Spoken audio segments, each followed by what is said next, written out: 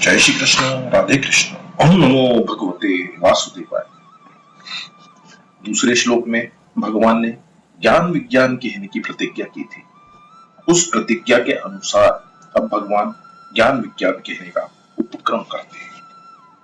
जो परिवर्तनशील है, कभी एक रूप नहीं रहता, उस जड़ का ही भगवान ने अत्यंत सूक्ष्म रूप से क्षर नाम से वर्णन किया है।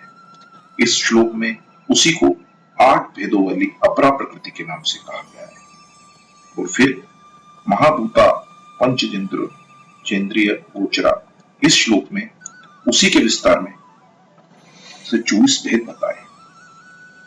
परमात्मा सबके कारण है। वे प्रकृति को लेकर सृष्टि की रचना करते हैं। कहीं तो प्रकृति को लेकर भगवान रचना करते हैं और कहीं भगवान की अध्यक्षता में प्रकृति की रचना की जाती है। इन दोनों ही रीतियों से गीता में संसार की रचना का वर्णन आया है। जिस प्रकृति को लेकर रचना करते हैं उसका नाम अपरा प्रकृति है और अपना अंश जो जीव है उसको भगवान परा प्रकृति कहते हैं। अपरा प्रकृति निष्कृष्ट, जड़ और परिवर्तनशील है तथा परा प्रकृति श्रेष्ठ, चेतन और परिवर्तन रहित है। प्रत्येक मनुष्य का भिन्न भिन्न स्वभाव होता है। जैसे स्वभाव को मनुष्य से अलग सिद्ध नहीं कर सकते, ऐसे ही परमात्मा की प्रकृति को परमात्मा से अलग स्वतंत्र सिद्ध नहीं कर सकते। यह प्रकृति प्रभु का ही एक स्वभाव है, इसलिए इसका नाम प्रकृति है। इसी प्रकार परमात्मा का अंश होने से जीव को परमात्मा से भिन्न सिद्ध नहीं कर सकते, क्योंकि यह परमात्मा का स्वरूप है। परमात्मा का स्वरूप होने पर भी केवल अपरा प्रकृति के साथ संबंध जोड़ने के कारण इस जीवात्मा को प्रकृति कहा गया है। अपरा प्रकृति के संबंध में से अपने में कृति करना मानने के कारण ही यह जीव रूप है। अगर यह अपने में कृति न माने तो यह परमात्मा स्वरूप ही है। फिर इसकी जीव या प्रकृति संज्ञा नहीं रहती, अर्थात इसमें बंधन कारक कर्तव्य और रोकत्व नहीं रहता। यहाँ अपरा प्रकृति में पृथ्वी, जल, तेज, वायु, आकाश, मन, बुद्धि और अहंकार, ये 8 शब्द लिए गए। इनमें से अगर 5 स्थूल भूतों से स्थूल सृष्टि मानी जाए तथा मन, बुद्धि और अहंकार इन तीनों से सूक्ष्म सृष्टि मानी जाए तो इस वर्णन में स्थूल और सूक्ष्म सृष्टि तो आ ही जाती है, पर कारण रूप प्रकृति इसमें नहीं आती। कारण रूप प्रकृति के बिना प्रकृति का वर्णन अधूरा रह जाता है। अतः आदरणीय टीकाकारों ने 5 स्थूल भूतों से सूक्ष्म पंचतन मात्राओं अर्थात शब्द, स्पर्श, रूप, रस और गंध को लिया है, जो कि 5 स्थूल भूतों के कारण है। मन शब्द से अहंकार लिया है, जो कि मन का कारण है। बुद्धि शब्द से महत्त्व समष्टि बुद्धि है और अहंकार शब्द से प्रकृति ली गई है। इस प्रकार इन 8 शब्दों का ऐसा अर्थ लेने से ही समष्टि अपरा प्रकृति का पूरा वर्णन होता है, क्योंकि इसमें स्थूल, सूक्ष्म और कारण ये तीनों समष्टि शरीर आ जाते हैं। शास्त्रों में इसी समष्टि प्रकृति का प्रकृति विकृति के नाम से वर्णन किया गया है। तात्पर्य है कि मूल प्रकृति तो किसी से पैदा नहीं होती, अतः यह किसी का भी विकृति या कार्य नहीं है। मूल प्रकृति से पैदा होने के कारण महत्त्व, अहंकार और पंचतन मात्राएं, ये 7 पदार्थ विकृति भी है और शब्द आदि 5 विषयों तथा 10 इंद्रियों के कारण होने से प्रकृति भी है, अर्थात ये 7 पदार्थ प्रकृति विकृति है। शब्द आदि 5 विषय, 10 इंद्रियां और मन, ये 16 पदार्थ केवल विकृति है, क्योंकि ये किसी की भी प्रकृति कारण नहीं है, अर्थात इनसे कोई भी पदार्थ पैदा नहीं होता। चेतन न प्रकृति है न विकृति है, अर्थात यह न तो किसी का कारण है और न ही किसी का कार्य है। परंतु यहाँ एक बात ध्यान देने की है कि भगवान ने यहाँ अपरा और परा प्रकृति का वर्णन प्रकृति विकृति की दृष्टि से नहीं किया है। यदि भगवान प्रकृति विकृति की दृष्टि से वर्णन करते तो चेतन को प्रकृति के नाम से कहते ही नहीं, क्योंकि चेतन न तो प्रकृति है और न विकृति। इससे सिद्ध होता है कि भगवान ने यहाँ जड़ और चेतन का विभाग बताने के लिए ही अपरा प्रकृति के नाम से जड़ का और परा प्रकृति के नाम से चेतन का वर्णन किया है। यहाँ यह आशय मालूम देता है कि पृथ्वी, जल, तेज, वायु और आकाश, इन 5 तत्वों के स्थूल रूप से स्थूल सृष्टि ली गई है और इनका स्थूल रूप जो पंचतन मात्राएं कही गई है उनमें सूक्ष्म सृष्टि ली गई है। सूक्ष्म सृष्टि अंग, मन, बुद्धि और अहंकार है। अहंकार 2 प्रकार का होता है। अहम अहम करके अंतःकरण की वृत्ति का नाम भी अहंकार है, जो कि कारण रूप है। यह हुई अपरा प्रकृति, जिसका वर्णन यहाँ चौथे श्लोक में हुआ है। अहम रूप से व्यक्तित्व एक देशीयता का नाम भी अहंकार है, जो कि कर्ता रूप है, अर्थात अपने को क्रियाओं का करने वाला मानता है। यह हुई परा प्रकृति, जिसका वर्णन यहाँ 5वें श्लोक में हुआ है। यह अहंकार कारण शरीर में तदाम्य रूप से रहता है। इस तदाम्य में एक जड़ अंश है और एक चेतन अंश है। इसमें जो जड़ अंश है वो कारण शरीर है और उसमें जो अभिमान करता है वह चेतन अंश है। जब तक बोध नहीं होता तब तक यह जड़ चेतन के ताम्यता वाला कारण शरीर अहम कर्ता रूप से निरंतर बना रहता है। सुषुप्ति के समय यह सुप्त रूप से रहता है, अर्थात प्रकट नहीं होता। नींद से जागने पर मैं सोया था, अब जागृत हुआ। इस प्रकार अहम की जागृति होती है। इसके बाद मन और बुद्धि जागृत होते हैं, जैसे मैं कहाँ हूँ, कैसे हूँ, यह मन की जागृति हुई। और मैं इस देश में हूँ, इस समय में हूँ, ऐसा निश्चय होना बुद्धि की जागृति हुई। इस प्रकार नींद से जगने पर जिसका अनुभव होता है वह अहम परा प्रकृति है और वृत्ति रूप से जो अहंकार है वह अपरा प्रकृति है। इस अपरा प्रकृति को प्रकाशित करने वाला, आश्रय देने वाला चेतन जब अपरा प्रकृति को अपना मान लेता है तब वह जीव रूप परा प्रकृति होती है। अगर यह परा प्रकृति अपरा प्रकृति से विमुख होकर परमात्मा के ही सम्मुख हो जाए, परमात्मा को ही अपना माने और अपरा प्रकृति को कभी भी अपना न माने, अर्थात अपरा प्रकृति से सर्वदा संबंध रहित होकर निर्लिप्तता का अनुभव कर ले, तो इसको अपने स्वरूप का बोध हो जाता है। स्वरूप का बोध हो जाने पर परमात्मा का प्रेम प्रकट हो जाता है, जो कि पहले अपरा प्रकृति से संबंध रखने के से आसक्ति और कामना के रूप में था, और प्रेम अनंत, अगाध, असीम, आनंद रूप और प्रतिक्षण वर्तमान है। उसकी प्राप्ति होने पर यह परा प्रकृति प्राप्त और प्राप्तव्य हो जाती है। अपने असंग रूप का अनुभव होने से ज्ञात ज्ञातत्व हो जाती है और अपरा प्रकृति को संसार मात्र की सेवा में लगाकर संसार से सर्वथा विमुख होने से कृत कृत्य हो जाती है। यही मानव जीवन की पूर्णता है, सफलता है। जिस साधक में ज्ञान मार्ग का विशेष महत्व होता है उसमें परमात्मा का प्रेम अपने स्वरूप के आकर्षण के रूप में प्रकट हो जाएगा। जिस साधक में भक्ति के संस्कार होते हैं उसमें वह प्रभु प्रेम के रूप में प्रकट हो जाएगा। यदि ज्ञान मार्ग वाले साधक का आग्रह नहीं होगा तो उसमें भी प्रभु प्रेम प्रकट हो जाएगा। वास्तव में स्वरूप बोध होने पर ज्ञान मार्गी का आग्रह नहीं रहता तथा उसमें प्रभु प्रेम प्रकट हो जाता है। इस दृष्टि से अंत में दोनों ही भक्ति योगी और ज्ञान योगी एक हो जाते हैं। यहाँ जो 8 प्रकार की अपरा प्रकृति कही गई है वह व्यष्टि अपरा प्रकृति है। इसका कारण यह है कि मनुष्य को व्यष्टि प्रकृति शरीर से ही बंधन होता है, समष्टि प्रकृति से नहीं। कारण कि मनुष्य व्यष्टि शरीर के साथ अपनापन कर लेता है जिससे बंधन होता है। व्यष्टि कोई अलग तत्व नहीं, प्रत्युत समष्टि का ही एक शूद्र अंश है। समष्टि से माना हुआ संबंध ही व्यष्टि कहलाता है। अर्थात समष्टि के अंश शरीर के साथ जीव अपना संबंध मान लेता है तो समष्टि का अंश शरीर ही व्यष्टि कहलाता है। व्यष्टि से संबंध जोड़ना ही बंधन है। इस बंधन से छूटने के लिए भगवान ने 8 प्रकार की अपरा प्रकृति का वर्णन करके कहा है कि जीव रूप परा प्रकृति ने ही इस अपरा प्रकृति को धारण कर रखा है। यदि धारण न करे तो बंधन का प्रश्न ही नहीं है।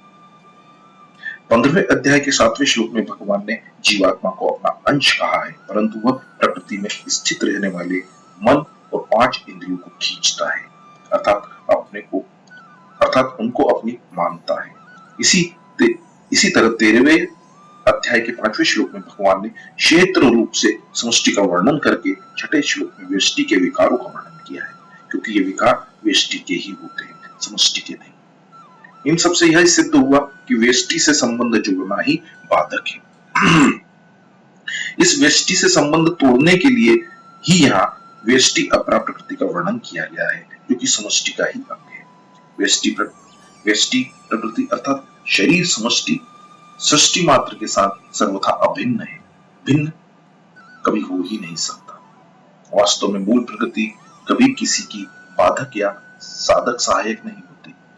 जब साधक उससे अपना संबंध नहीं मानता तब तो वह सहायक हो जाती है, पर जब वह उससे अपना संबंध मान लेता है तब वो बाधक हो जाती है, क्योंकि प्रकृति के साथ संबंध मानने से व्यष्टि अहमता मैंपन पैदा हो जाता है।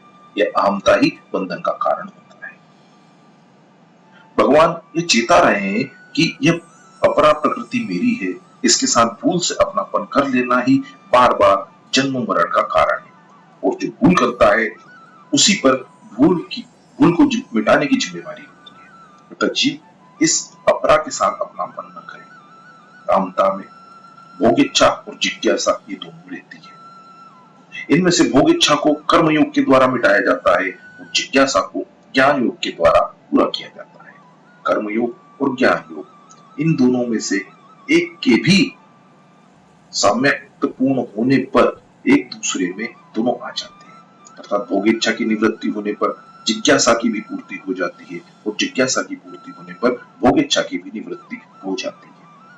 कर्म योग में भोग इच्छा मिटने पर तथा ज्ञान योग में जिज्ञासा की पूर्ति होने पर असंगता स्वतः आ जाती है। उस असंगता का भी उपभोग न करने पर वास्तविक बोध हो जाता है और मनुष्य का जन्म सर्वथा सार्थक हो जाता है। वास्तव में यह जीव रूप नहीं है, प्रत्युत जीव बना हुआ है। यह तो स्वतः साक्षर परमात्मा का अंश है। केवल स्थूल सूक्ष्म और कारण शरीर रूप प्रकृति के साथ संबंध जोड़ने से ही यह जीव बना है। यह संबंध जोड़ता है अपने सुख के लिए। यही सुख इसके जन्म मरण रूप महान दुख का खास कारण है। हे अर्जुन, तुम बड़े शक्तिशाली हो, इसलिए तुम अपरा और परा प्रकृति के भेद को समझने में समर्थ हो, अतः तुम इसको समझो। वास्तव में यह जगत रूप नहीं है, प्रत्युत भगवान का ही स्वरूप है। केवल इस परा प्रकृति जीव ने इसको जगत रूप से धारण कर रखा है, अर्थात जीव इस संसार की स्वतंत्र सत्ता मानकर अपने सुख के लिए इसका उपयोग करने लगा है। इसी से जीव का बंधन हुआ है। अगर जीव संसार की स्वतंत्र सत्ता न मानकर इसको केवल भगवत स्वरूप ही माने तो उसका जन्म मरण रूप बंधन मिट जाएगा। भगवान की परा प्रकृति होकर भी जीवात्मा ने इस दृश्यमान जगत को, जो कि अपरा प्रकृति है, धारण कर रखा है, अर्थात इस परिवर्तनशील विकारी जगत को स्थायी, सुंदर और सुखप्रद मानकर मैं और मेरे रूप से धारण कर रखा है। जिसकी भोगों और पदार्थों में जितनी आसक्ति है, आकर्षण है, उसको उतना ही संसार और शरीर स्थायी, सुंदर और सुखप्रद मालूम देता है। पदार्थों का संग्रह तथा उनका उपभोग करने की लालसा ही खास बाधक है। संग्रह से अभिमान जन्य सुख होता है और भोग से संयोग जन्य सुख होता है। इस सुख आसक्ति से ही जीव ने जगत रूप से धारण कर रखा है। सुखासक्ति के कारण ही वह इस जगत को भगवत रूप से नहीं देख सकता। जैसे स्त्री वास्तव में जनन शक्ति है, किंतु स्त्री में आसक्त पुरुष स्त्री को मात्र रूप से नहीं देख सकता, ऐसे ही संसार वास्तव में भगवत स्वरूप है, परंतु संसार को अपना भोग्य मानने वाला भोगासक्त पुरुष संसार को भगवत स्वरूप नहीं देख सकता। यह भोगासक्ति ही जगत को धारण कराती है, अर्थात जगत को धारण करने में हेतु है। दूसरी बात, मात्र मनुष्य के शरीर की उत्पत्ति रज वीर्य से ही होती है, जो कि स्वरूप से स्वतः ही मलिन है, परंतु भोगों में आसक्त पुरुषों की उन शरीरों में मलिन बुद्धि नहीं होती, प्रत्युत रमणीय बुद्धि होती है। यह रमणीय बुद्धि ही जगत को धारण करती है। नदी के किनारे खड़े एक संत से किसी ने कहा कि देखिए महाराज, ये नदी का जल बह रहा है और उस पुल पर मनुष्य बह रहे हैं। संत ने उससे कहा कि देखो भाई, नदी का जल ही नहीं, खुद नदी भी बह रही है, और पुल पर मनुष्य ही नहीं, खुद पुल भी बह रहा है। तात्पर्य यह हुआ कि ये नदी, पुल तथा मनुष्य बड़ी तेजी से नाश की तरफ जा रहे हैं। एक दिन न यह नदी रहेगी, न ये पुल रहेगा, और न ये मनुष्य रहेंगे। ऐसे ही ये पृथ्वी भी बह रही है, अर्थात प्रलय की तरफ जा रही है। इस प्रकार भाव रूप से दिखने वाला ये सारा जगत प्रतिक्षण अभाव में जा रहा है, परंतु जीव ने इसको भाव रूप से अर्थात है रूप से धारण स्वीकार कर रखा है। परा प्रकृति की स्वरूप से उत्पत्ति नहीं होती, पर अपरा प्रकृति के साथ तदाम्य करने के कारण यह शरीर की उत्पत्ति को अपनी उत्पत्ति मान लेता है और शरीर के नाश को अपना नाश मान लेता है, जिससे यह जन्मता मरता रहता है। अगर यह अपरा के साथ संबंध न जोड़े, इससे विमुख हो जाए, अर्थात भाव रूप से इसको सत्ता न दे, तो जगत सत्य रूप से दिख ही नहीं सकते। शरीर और संसार दोनों है, क्योंकि शरीर और संसार अलग अलग नहीं है, तत्व धातु चीज एक ही है। शरीर और संसार भेद केवल माना हुआ है, वास्तव में अभेद ही है। इसलिए 13वें अध्याय में भगवान ने इदम शरीरम पदों से शरीर को क्षेत्र बताया है, परंतु जहां क्षेत्र का वर्णन किया है वहां समष्टि का भी वर्णन हुआ है, और इच्छा, द्वेष आदि विकार व्यष्टि के माने गए हैं, क्योंकि इच्छा आदि विकार व्यष्टि प्राणी के ही होते हैं। तात्पर्य है कि समष्टि और व्यष्टि तत्व एक ही होते हैं। एक होते हुए भी अपने को शरीर मानने से अहंता और शरीर को अपना मानने से ममता पैदा होती है, जिससे बंधन होता है। अगर शरीर और संसार की अभिन्नता अथवा अपनी और भगवान की अभिन्नता का साक्षात अनुभव हो जाए, तो अहंता और ममता स्वतः मिट जाती है। अहंता और ममता कर्मयोग, ज्ञान योग और भक्ति योग तीनों से ही मिलती है। कर्मयोग से, ज्ञान योग से और भक्ति योग से तात्पर्य यह है कि जड़ता के साथ संबंध विच्छेद होना चाहिए, जो कि केवल मानव हुआ है।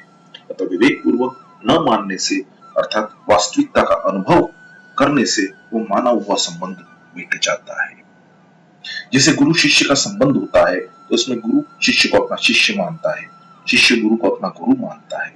इस प्रकार गुरु अलग है और शिष्य अलग है, अर्थात उन दोनों की अलग अलग सत्ता दिखती है, परंतु उन दोनों के संबंध से एक तीसरी सत्ता प्रतीत होने लग जाती है, जिसको संबंध की सत्ता कहते हैं। गुरु शिष्य के संबंध में गुरु का काम केवल शिष्य का हित करना है और शिष्य का काम केवल गुरु की सेवा करना है।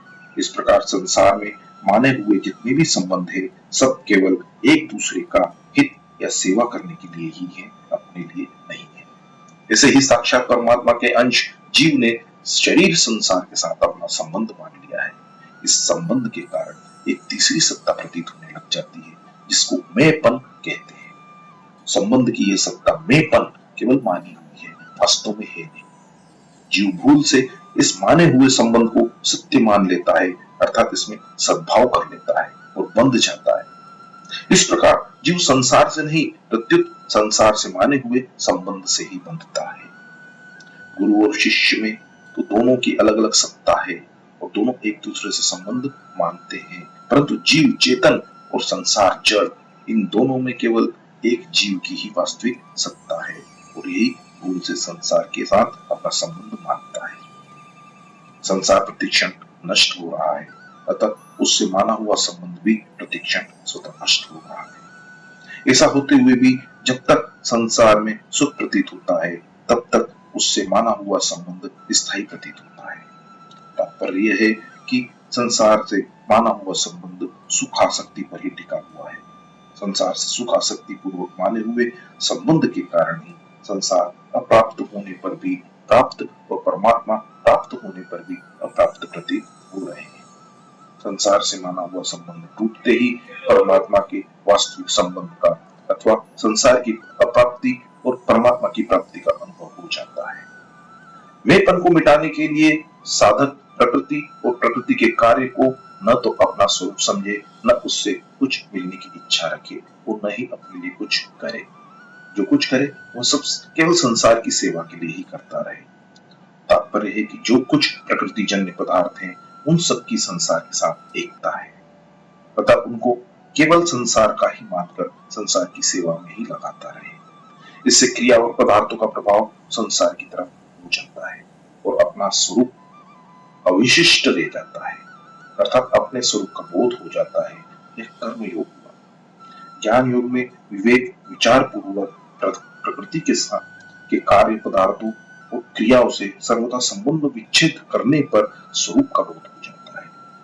इस प्रकार जड़ के संबंध से जो अहमता मेंपन पैदा हुई थी, उसकी निवृत्ति हो जाती है। भक्ति योग में मैं केवल भगवान का हूँ और केवल भगवान ही मेरे हैं तथा मैं शरीर संसार का नहीं हूँ और शरीर संसार मेरे नहीं है, ऐसी दृढ़ मान्यता करके भक्त संसार से विमुख होकर केवल भगवत परायण हो जाता है, जिससे संसार का संबंध स्वतः टूट जाता है और अहंता की निवृत्ति हो जाती है। इस प्रकार कर्मयोग, ज्ञान योग और भक्ति योग, इन तीनों में से किसी एक का भी ठीक अनुष्ठान करने पर जड़ता से सर्वथा संबंध विच्छेद होकर परमात्म तत्व की प्राप्ति हो जाती है। परिशिष्ट भाव यह है कि जब चेतन अपरा प्रकृति के साथ तादात्म्य कर लेता है, अर्थात अहम के साथ एक होकर अपने को मैं हूं ऐसा मान लेता है, तब वह जीव रूप बनी हुई परा प्रकृति कहलाता है। अहम मैं से इधर जगत अपरा प्रकृति है और उधर परमात्मा है, परंतु जीव उन परमात्मा को स्वीकार न करके प्रत्युत उनकी अपरा प्रकृति को स्वीकार करके उसको जगत रूप से धारण कर लेता है और जन्म मरण रूप बंधन में पड़ जाता है। अपरा से अन्य परा है, परा से अन्य अपरा है। अपरा अन्य अर्थात विजातीय है, अन्य को पकड़ने से ही परा जीव बनी है। अपरा परिवर्तनशील और परा अपरिवर्तनशील दोनों ही भगवान की प्रकृतियां अर्थात शक्तियां हैं, स्वभाव है। भगवान की शक्ति होने से दोनों भगवान से अभिन्न है, क्योंकि शक्तिमान के बिना शक्ति की स्वतंत्र सत्ता नहीं होती। जिसे नख और केश निष्प्राण होने पर भी हमारे प्राण युक्त शरीर से अलग नहीं है, ऐसे ही अपरा प्रकृति जड़ होने पर भी चेतन भगवान से अलग नहीं है। इस प्रकार जब अपरा और परा दोनों प्रकृतियां भगवान का स्वरूप हुई तो फिर भगवान के सिवाय क्या शेष रहा? कुछ भी शेष नहीं रहा। वासुदेव सर्वम। तात्पर्य यह है कि अपरा और परा सहित भगवान का स्वरूप समग्र है, अर्थात परा अपरा सत असत जड़ चेतन सब कुछ भगवान ही है। तात्पर्य यह है कि संसार न तो भगवान की दृष्टि में है न ही महात्मा की दृष्टि में है, प्रत्युत जीव की दृष्टि मान्यता में है। भगवान की दृष्टि में सत असत सब कुछ वे ही है और आत्मा की दृष्टि में भी सब कुछ भगवान ही है। जीव ने ही राग और द्वेष के कारण जगत को अपनी बुद्धि में धारण कर रखा है। इसी बात को आगे 15वें अध्याय के 7वें श्लोक में कहा गया है। जगत को सत्ता देने से ही राग और द्वेष पैदा होते हैं। जीव ने संसार की सत्ता मान ली और सत्ता मानकर उसको महत्ता दे दी। महत्ता देने से कामना अर्थात सुख भोग की काम इच्छा पैदा हुई, जिससे जीव जन्म मरण में पड़ गया। तात्पर्य यह हुआ कि एक भगवान के सिवा दूसरी सत्ता मानने से ही जीव संसार बंधन में पड़ा है, अतः दूसरी सत्ता न मानने की जिम्मेवारी जीव की ही है। अगर वह संसार की सत्ता न माने तो संसार है ही कहां? भगवान ने पृथ्वी, जल, तेज, वायु, आकाश, मन, बुद्धि और अहम इन आठों को अपरा जल प्रकृति कहा है। पृथ्वी स्थूल है, पृथ्वी से स्थूल जल है, जल से सूक्ष्म तेज है, तेज से सूक्ष्म वायु है, वायु से सूक्ष्म आकाश है, आकाश से सूक्ष्म मन है, मन से सूक्ष्म बुद्धि है, बुद्धि से सूक्ष्म अहम है। अपरा प्रकृति में अहम सबसे सूक्ष्म है। इस प्रकार भगवान ने स्थूल से सूक्ष्म तक क्रम से अपरा प्रकृति का वर्णन किया है।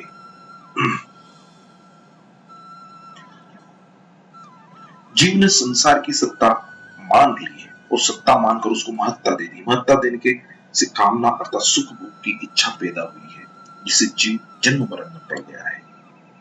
तात्पर्य यह हुआ कि एक भगवान के सिवाय दूसरी सत्ता मानने से ही जीव संसार बंधन में पड़ा है। तो दूसरी सत्ता न मानने की जिम्मेवारी जीव की है। अगर वो संसार की सत्ता न माने तो जीव संसार है ही कहां? अतः जिस जाति की पृथ्वी है उसी जाति का अहम भी है, अर्थात अहम भी मिट्टी के ढेले की तरह जड़ और दृश्य है। अतः भगवान ने अहम को एकता में कहा है, जिसे जैसे यह कभी अहम में नहीं होता। अतः अहम को एकता से कहने का तात्पर्य है कि यह अपना स्वरूप नहीं है, परंतु जब चेतन जीव इस अहम के साथ अपना तादात्म्य मान लेता है तब वह बंध जाता है। ये धातु रूप अहंकार तो अपरा प्रकृति जड़ है, पर मैं हूं यह ग्रंथि रूप अहंकार केवल अपरा प्रकृति नहीं है, प्रत्युत इसमें परा प्रकृति चेतन भी मिली हुई है। तत्व ज्ञान होने पर यह जन्म मरण देने वाला ग्रंथि रूप अहंकार तो नहीं रहता, पर अपरा प्रकृति का धातु रूप अहंकार रहता है। क्रिया और पदार्थ न तो परा प्रकृति में है न परमात्मा में है, प्रत्युत अपरा प्रकृति में है। अपरा प्रकृति क्रिया रूप और पदार्थ रूप है। परमात्मा प्रकृति की सहायता से ही सृष्टि की रचना करते हैं। परा प्रकृति अर्थात जीव क्रिया को पदार्थ रूप अपरा प्रकृति में आसक्ति करके वो उसका आश्रय करके लेकर बंध जाता है। अपरा की आसक्ति वो उसका आश्रय लेना ही जगत को धारण करना है। इसलिए भगवान ने 7वें अध्याय के आरंभ में ही अपने में आसक्ति प्रेम करने और अपना आश्रय लेने की बात कही है। अगर जीव अपरा प्रकृति में आसक्ति न रखे और उसका आश्रय न ले तो वो मुक्त हो जाएगा। अगर वो भगवान में आसक्ति प्रेम करे और उनका आश्रय ले तो वो भक्त हो जाएगा। जगत की स्वतंत्र सत्ता नहीं है, बांधने वाला जगत तो जीव ने ही बांध रखा है। जीव जगत को धारण करता है, इसी से सुख और दुख होते हैं, बंधन होता है। 84 लाख योनियां, भूत प्रेत पिशाच देवता आदि योनियां तथा नरकों की प्राप्ति होती है। सत्व रज और तम ये तीनों गुण कोई बाधा नहीं देते, परंतु इनका संग करने से जीव ऊर्ध्वगति मध्य गति तथा अधोगति में जाता है। गुण का संग जीव स्वयं करता है। अपरा प्रकृति किसी के साथ कोई संबंध नहीं रखती। संबंध न प्रकृति करती है, न गुण करते हैं, न इंद्रियां करती हैं, न मन करता है और न बुद्धि करती है। जीव स्वयं ही संबंध करता है, इसलिए सुखी और दुखी रहता है, जन्म मरण में जा रहा है। जीव स्वतंत्र है क्योंकि ये परा अर्थात उत्कृष्ट प्रकृति है। अपरा प्रकृति तो बेचारी कुछ नहीं करती क्योंकि उसमें चेतना और कामना नहीं है। उसे संबंध जोड़कर उसका सदुपयोग दुरुपयोग करके जीव ऊंच और नीच योनियों में जाता है, भटकता है। तात्पर्य है कि अपरिवर्तनशील होते हुए भी जीव विजातीय जगत के साथ संबंध जोड़कर परिवर्तनशील जगत रूप हो जाता है। उसकी दृष्टि शरीर की तरफ ही रहती है, अपने स्वरूप की स्फुरना होती ही नहीं है। जो हमसे सर्वथा अलग है उस जगत अर्थात शरीर इंद्रियां मन बुद्धि अहम के साथ अपनी एकता मान ली, यही जगत को धारण करना है। वास्तव में जगत हमारा है ही नहीं, क्योंकि अगर हमारी चीज हमारे लिए मिल गई होती तो हमारी कामनाएं सदा के लिए मिट जाती, हम निर्मम निर्भय निश्चिंत निष्काम हो जाते। परंतु जगत हमें ऐसी चीज नहीं दे सकता जो हमारी हो, अर्थात जो हमसे कभी बिछुड़े ही नहीं। जो चीज वास्तव में हमारी है वह जगत के द्वारा प्राप्त नहीं हो सकती, क्योंकि जगत के संबंध विच्छेद से प्राप्त हो सकती है। हमारी वस्तु है परमात्मा, हम उस परमात्मा के ही अंश हैं। उसकी प्राप्ति का उपाय है कर्म योग की दृष्टि से यह है कि जगत से मिली हुई वस्तुओं शरीर आदि को जगत की सेवा में ही लगा दे और बदले में उससे कुछ भी आशा फल इच्छा न रखे, उससे कोई संबंध न जोड़े, न क्रिया के साथ न पदार्थ के साथ। सेवा करने की अपेक्षा भी किसी को दुख न देना श्रेष्ठ है। किसी को दुख न देने से, किसी का भी अहित न करने से सेवा अपने आप होने लगती है, करनी नहीं पड़ती। किसी का भी अहित न करने से दो बातें, हम कुछ नहीं करेंगे, अगर कुछ करेंगे तो हमारे से सेवा ही होगी। कुछ न करना अथवा सेवा करना, इन दोनों से ही संसार से संबंध विच्छेद होता है। कारण कि कुछ न करने में कोई दोष होता ही नहीं और अपने आप सेवा होने से सब दोष मिट जाते हैं। जैसे भोजन करने में मैं खाता हूं, इस प्रकार जो अभिमान होता है वो भोजन पचने में नहीं होता, क्योंकि वह अपने आप पचता है। ऐसे ही सेवा अपने आप होने से कर्तव्य अभिमान और फल आसक्ति का त्याग स्वतः हो जाएगा। अपने आप होने वाली क्रिया का अभिमान नहीं होता और उससे फल की इच्छा भी नहीं होती। अभिमान और फल इच्छा का त्याग होने पर हमें वह वस्तु मिल जाती है जो वास्तविक हमारी है। वास्तव में अपरा प्रकृति की परमात्मा के सिवाय अलग सत्ता है ही नहीं। उसको विशेष सत्ता जीव ने ही दे रखी है। जिसे रुपयों की अपनी कोई महत्ता नहीं है, हम ही लोभ के कारण उसको महत्ता देते हैं। हम जिसको महत्ता देते हैं उसी में हमारा आकर्षण होता है। महत्ता तब देते हैं जब दोषों को स्वीकार करते हैं। संसार के सब सुख दोष जनित है। दोषों को स्वीकार करने से ही सुख दिखता है। काम के कारण ही मनुष्य स्त्री के बिना नहीं रह सकता। लोभ के कारण ही मनुष्य धन के बिना नहीं रह सकता। मोह के कारण ही मनुष्य परिवार के बिना नहीं रह सकता। दोष के कारण ही उसको त्याग का महत्व नहीं दिखता है। काम रूप दोष के कारण ही स्त्री में आकर्षण होता है। लोभ रूप दोष के कारण ही धन में आकर्षण होता है। मोह रूप दोष के कारण कुटुंब परिवार में आकर्षण होता है। परंतु दोषों के साथ तादाद में होने के कारण दोष दोष रूप नहीं दिखते और हमें इस बात का पता नहीं लगता कि हम ही उनको अपरा प्रकृति को सत्ता और महत्ता दे रहे हैं। तादाद में मिटने पर दोष तो रहते नहीं और गुण दिखते नहीं। अनंत ब्रह्मांडों में 3 लोक, 14 भुवन, जल चेतन, स्थावर जंगम, थलचर जलचर नभचर, जरायु अंडज स्वदेज दिग्ध, सात्विक राजस तामस, मनुष्य देवता पितर, गंधर्व पशु पक्षी कीट पतंग भूत प्रेत पिशाच, ब्रह्मा राक्षस आदि जो कुछ भी देखने सुनने पढ़ने तथा कल्पना करने में आता है उसमें परा और अपरा इन 2 प्रकृतियों के सिवाय कुछ भी नहीं है। जो देखने सुनने पढ़ने तथा कल्पना में आता है और जिन शरीर इंद्रिया मन बुद्धि अहम के द्वारा देखा सुना पढ़ा सोचा जाता है वो सब का सब अपरा है। परंतु जो देखता सुनता पढ़ता सोचता जानता मानता है वो परा है। परा और अपरा दोनों ही भगवान की शक्तियां होने से भगवान से अभिन्न अर्थात भगवत स्वरूप ही है तथा अनंत ब्रह्मांडों के भीतर तथा बाहर और अनंत ब्रह्मांडों के रूप में एक भगवान के सिवाय किंचित मात्र भी कुछ नहीं है। संसार के सभी दर्शन मत मतांतर आचार्यों को लेकर है पर वासुदेव सर्वम किसी आचार्य का दर्शन मत नहीं है। प्रत्युत साक्षात भगवान का अटल सिद्धांत है। इसके अंतर्गत सभी दर्शन मत मतांतर आ जाते हैं। अपराध जगत को स्वतंत्र सत्ता जीव ने ही दी है।